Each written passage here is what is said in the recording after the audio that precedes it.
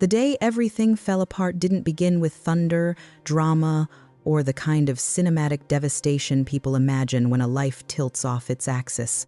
It began quietly. I woke up the same way I had on countless mornings before coffee brewing, the world still half asleep, and an eerie kind of normality masking the truth that by sunset, nothing would be the same again. There are moments in life when the transformation is loud and public, and moments when the shift is so internal that outsiders might never understand how deeply the walls have moved. This was the latter. I walked into that courtroom, not as a woman prepared to fight, but as someone still confused by how quickly loyalty, history, and shared years could become contested property between strangers who had no place in the story that built us. I looked at her polished, poised, sitting with the entitlement of someone who believed she had already won before the first word was spoken. She had the posture of a person who'd convinced herself that possession equaled legitimacy. She had convinced herself that the person who walked beside him last had a more authentic claim than the one who stood by him longest. And perhaps in her world, that was the truth. It is easy to rewrite history when you have no witness to the years before you. It is easy to call something yours when you never lived through the sacrifices that made it valuable. She sat there as though grief belonged to the wife and victory belonged to the mistress.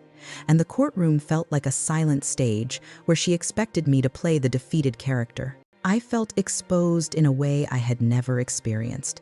The law has a way of stripping the soul out of experience. It doesn't see the nights spent calming a heart that beat too fast under stress. It doesn't see the meals eaten in silence after arguments neither of you were emotionally ready to resolve. It doesn't see the fear of growing old together or the hope of beginning again. What the court sees is paper signatures, stamps, clauses, and procedural precision. Standing there, listening to lawyers speak about a marriage as if it were a financial partnership, I felt small in a way only someone standing inside their own unraveling can feel. She smirked as though my heartbreak confirmed her victory, as if my silence meant surrender. But the truth is, silence is often misunderstood. Some silence is weakness, yes, but some silence is strategy. And in that moment, I wasn't quiet because I lacked words. I was quiet because I refused to let pain become a spectacle. It takes strength to sit still while someone else broadcasts the assumptions they've built about your life. It takes even more strength to hold in your hands the truth they believe you don't have and wait for the right moment to let it speak for itself. I listened to them discuss my marriage as if it were a headline on a gossip site. They told a narrative she had carefully prepared, a story with only 2 chapters, the one where she arrives and the one where she believes I disappear. They did not acknowledge the decades before, the private moments, the growing pains, the promises broken and repaired, the humanity of 2 people navigating a life together. That intimacy had no place in the court's vocabulary. It was reduced to numbers, assets, timelines, and signatures. I sat there wondering how a love story could become so unrecognizable so quickly, how the years that shaped my identity could be presented as though I were merely a supporting character in someone else's plot. There was a moment where doubt settled in. When betrayal is fresh, it isn't just the person who betrayed you that becomes questionable. Your own intuition does as well. I wondered if I had misread everything, if everything I had believed about the life we built was only ever an illusion. Grief has a way of mixing truth with insecurity, shaking the ground beneath your feet until you struggle to remember which parts were solid. And in a room where her confidence filled every corner, my grief felt like weakness, like something shameful. But grief is not shame. Grief is evidence that you showed up for your life fully, completely, vulnerably.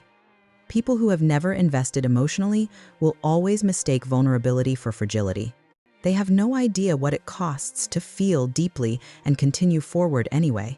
As the proceedings continued, I inhaled and reminded myself that time has a way of revealing what pride tries to hide. I was not there to defend my worth. I was not there to fight for the past.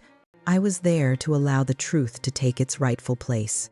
And in that moment, I realized that sometimes the strongest move one can make is to sit still while the other side believes they've already won, because the truth needs no performance, it only needs its turn. That day, I walked into the courtroom heartbroken, but I would not walk out defeated. She had crafted an image of herself long before she ever walked through the doors of that courtroom. It was not just the outfit or the perfectly styled hair. It was the confidence, the kind of confidence that comes from believing you are already the victor before the battle has even begun.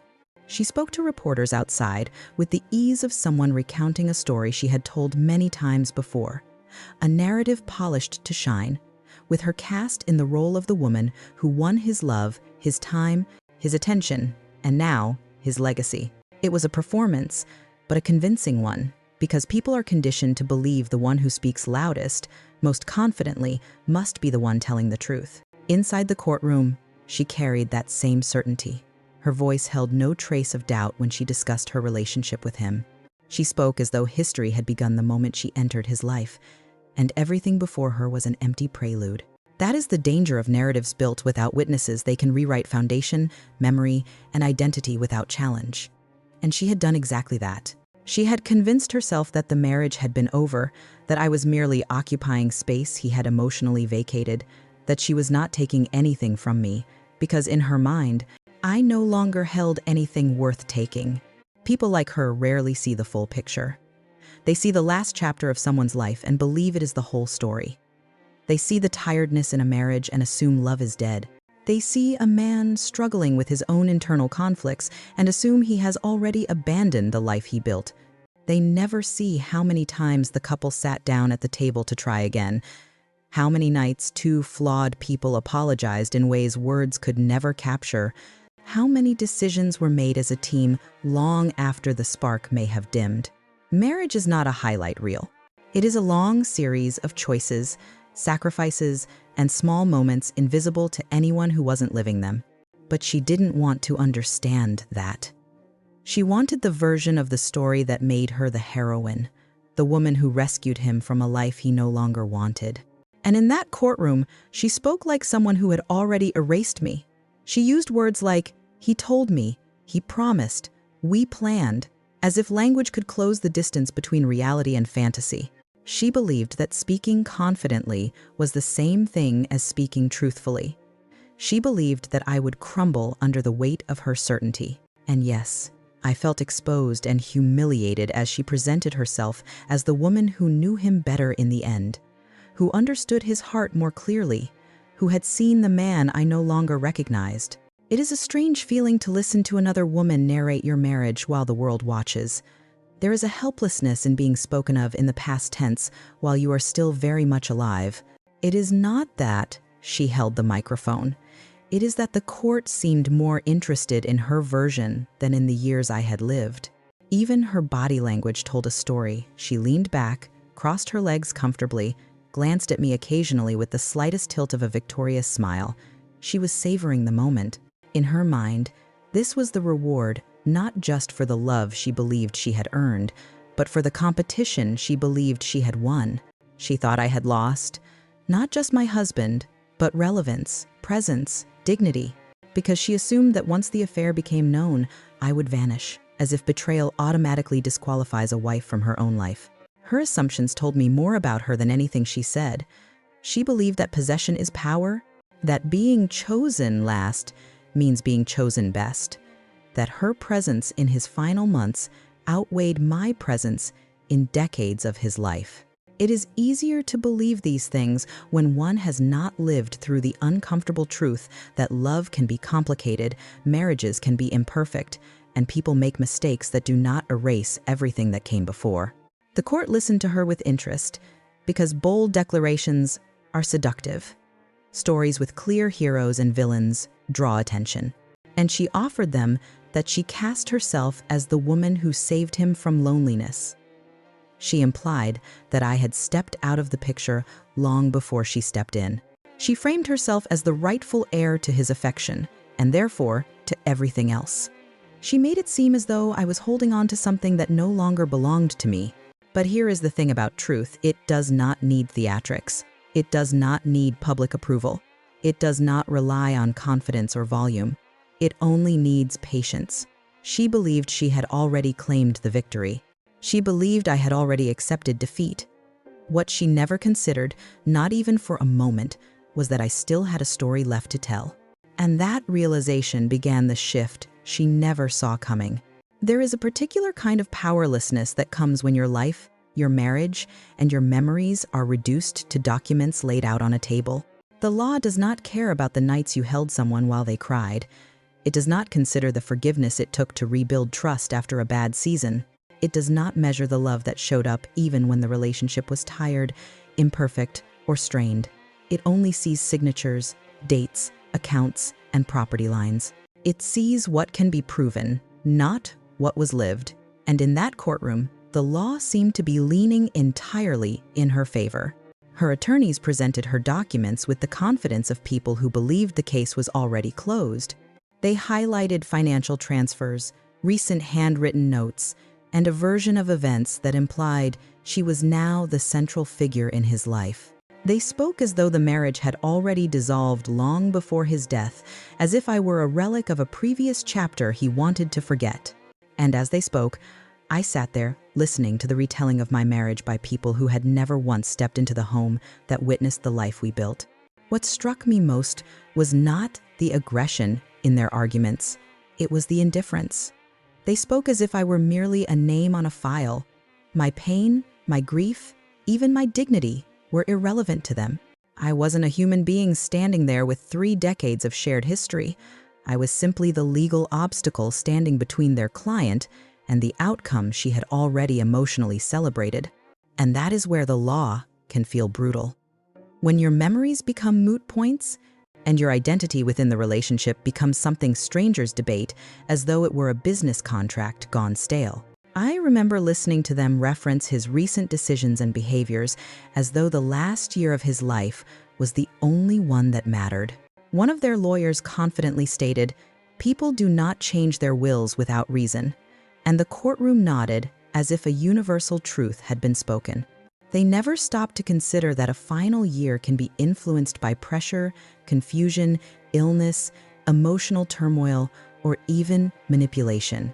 Life does not unfold in straight lines, neither do human emotions, but the law prefers straight lines because they are easier to argue. As their case unfolded, I felt a cold realization sink in the truth of what I lived was not enough unless I had proof. And that is a painful reality for anyone who has stood in a courtroom where the emotional history of their life was deemed irrelevant. I had walked into that room with a heart full of memories, of shared holidays, of private jokes, of handwritten notes I had saved for years, but none of that could be submitted as evidence. The file that represented my marriage was thin, not because it lacked substance, but because a lifetime cannot be stamped, notarized, and labeled the way legal documents can. She sat there with her arms crossed, watching the judge, confident the structure of the law was protecting her position. She believed that because the paperwork she presented came later, it automatically held more relevance than anything I might have held before. And in the eyes of the court, she wasn't entirely wrong. Without something concrete, her case had the sharpness of a blade, and mine seemed dulled by the weight of sentiment. She had built her arguments on recent legality. I stood on the foundation of emotional truth one the law could not yet acknowledge. I will admit, there was a moment where I felt the sting of injustice. It is difficult to watch a relationship you gave your life to be summarized by people who never witnessed a single intimate moment inside it. It is even harder when the world seems to believe the narrative of someone who came late into the story but carries louder documentation. It is a strange pain to feel invisible in your own marriage while the court discusses it as though you were a distant relative rather than the person who once wore the wedding ring. But even in that moment of heaviness, I understood something essential. She was building her case on the assumption that she had seen all the cards. She believed the documents she presented were the final word, that the will she had brought forward sealed her victory. And everyone in the room believed the same thing until I placed the evidence that changed everything into the judge's hands. But before that moment, in the tension that hung in the air, I learned something critical. Sometimes the law will stand with the wrong person until the truth arrives holding the right piece of paper. That realization became the beginning of the shift. When I finally stood up and walked toward the judge's bench, the room changed. Not dramatically, not with gasps or whispers, but in that subtle way where everyone feels something is about to shift even before they understand why. Until that moment, she believed she had already won. She sat back, relaxed, confident in the public story she had constructed. Her lawyers had spoken, documents had been shown, and from her perspective, the narrative was complete. I was supposed to retreat quietly, accept defeat, and let the last lines of my marriage be written by people who had never belonged to its beginning. But sometimes, truth waits for the right moment, and when it arrives, it doesn't knock it. Simply steps forward. I handed the sealed envelope to the judge, not with triumph, but with a steadiness that comes from knowing you are finally placing reality where it belongs. There was no anger in my expression, no desire to humiliate anyone, just a profound understanding that the time for silence was over. The judge began to read, and for the first time since the proceedings began, the entire courtroom leaned forward.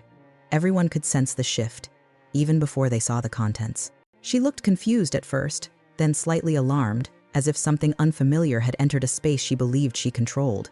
Inside that envelope was not simply a will, it was his voice. It was written long before confusion, pressure, or persuasion could rewrite his intentions.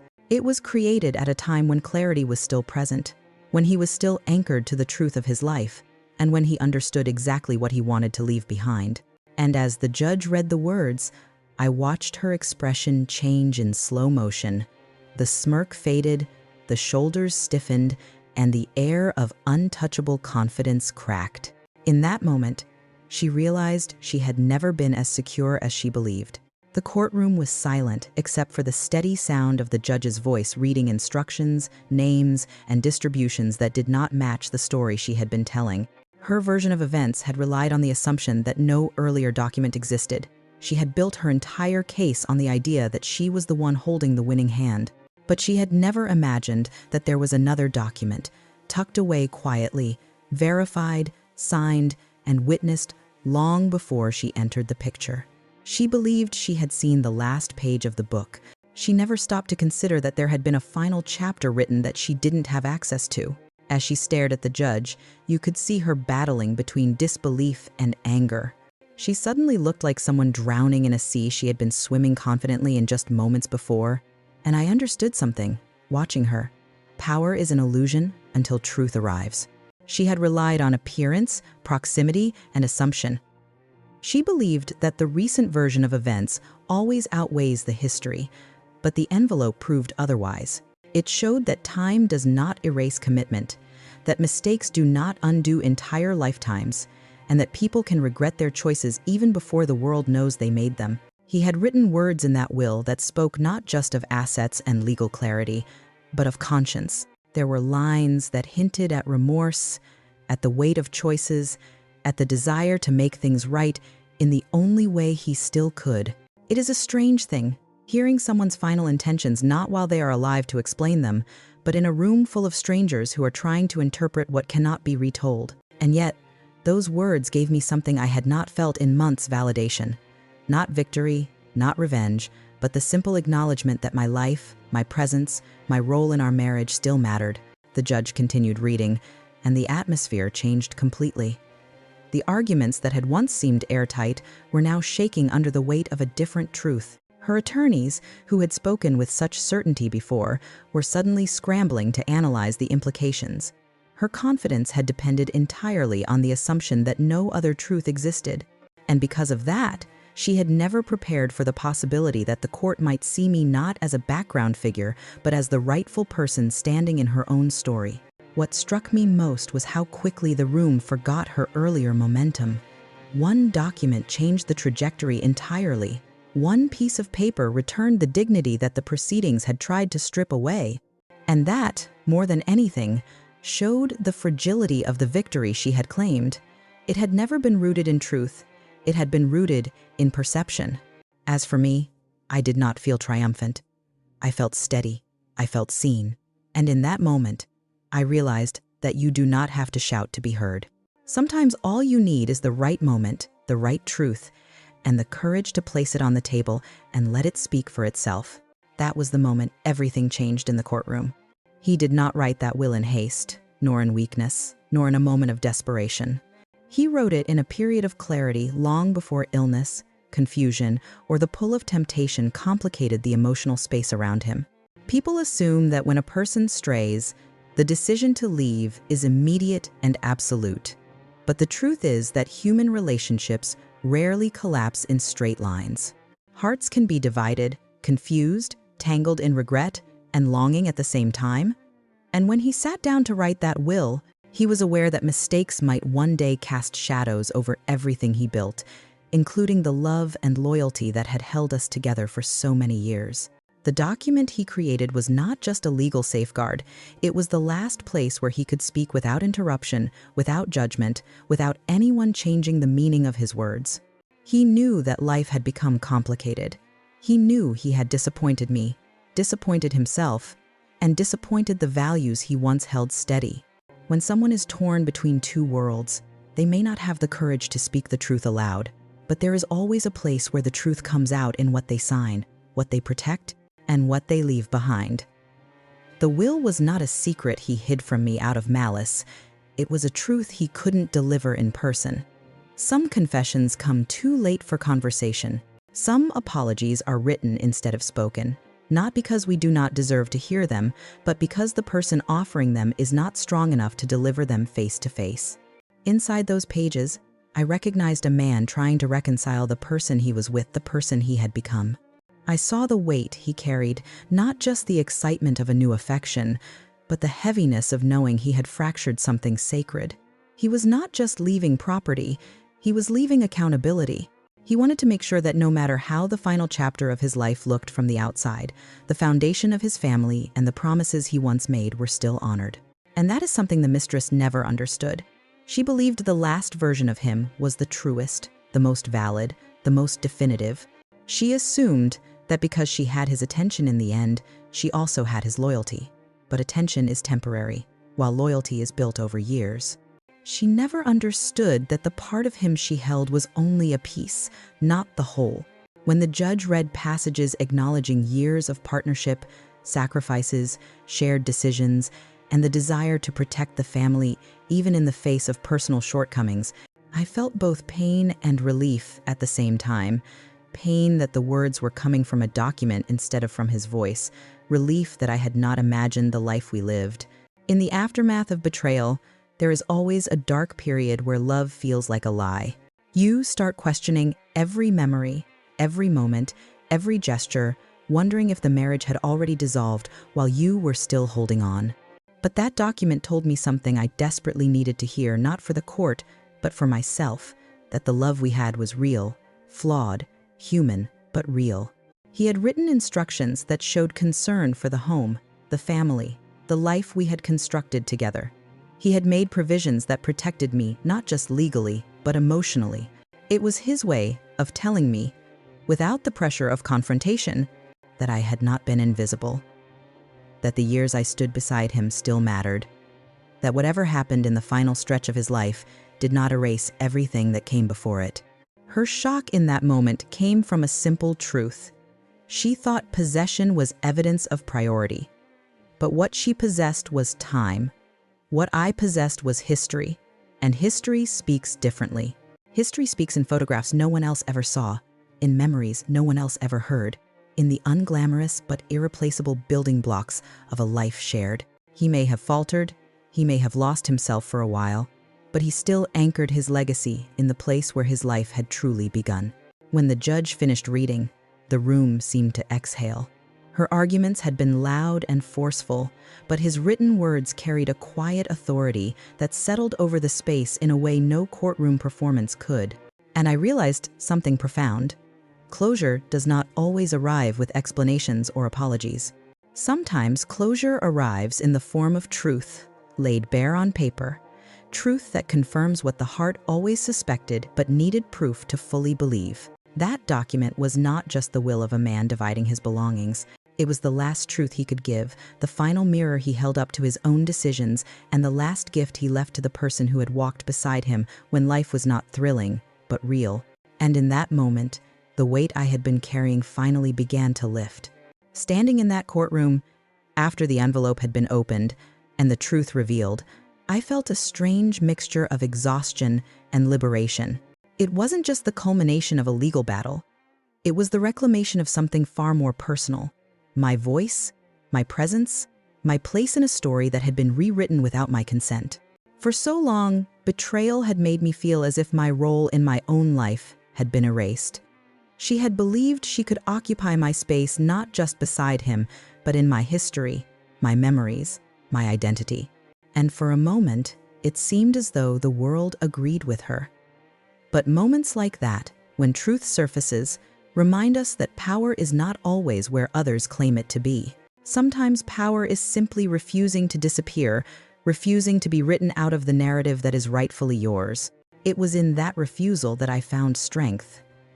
I had been tempted to believe that silence meant weakness, that endurance meant submission.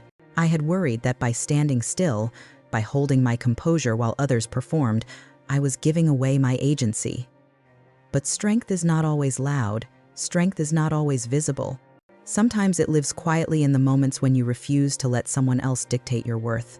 And when she looked at me across the courtroom, realizing that her confidence was no longer sufficient to define the outcome, I felt the power of that quiet strength settle within me. Reclaiming my voice did not mean diminishing hers. It did not mean publicly shaming her or celebrating her downfall. It meant asserting the truth, holding up the evidence of what had been real, and refusing to let anyone else's assumptions overwrite my life. There is a profound difference between revenge and restoration. Revenge is loud and fleeting. Restoration is measured, grounded in reality, and enduring.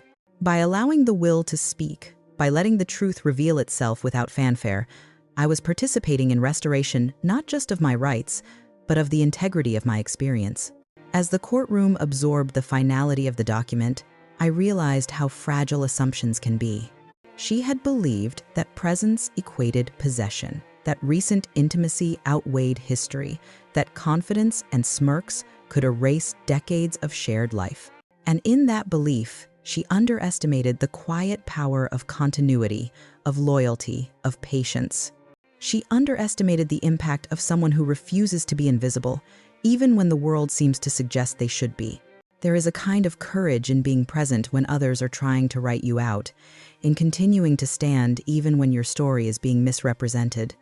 That courage cannot be faked. It must be lived. It also taught me that victory is not always immediate or public. Some victories are internal, private, and subtle. The satisfaction that comes from standing firm in truth, the sense of reclaiming your own narrative, the relief that comes from knowing your worth has not been diminished. These are victories that cannot be measured by applause or acknowledgement. They exist quietly, like roots beneath the surface, supporting everything that grows above. And in that courtroom, as the tension shifted from her confidence to a recognition of what was true, I felt those roots of my own strength extend deeper than ever before. I could see, in that moment, how easily people mistake boldness for authority. She had believed that because she acted confidently, because she projected certainty, she could define reality. But reality, like life, is rarely dictated by performance alone. Truth has its own presence. It is patient. It is persistent. It cannot be rushed, silenced, or reimagined by someone who enters a story too late. And by allowing that truth to take its place in the room, I realized that my life, my experiences, my place in that narrative had never truly been at risk, only my perception of it had been challenged. When the proceedings concluded, I felt a sense of completion that had nothing to do with material possessions or legal entitlement.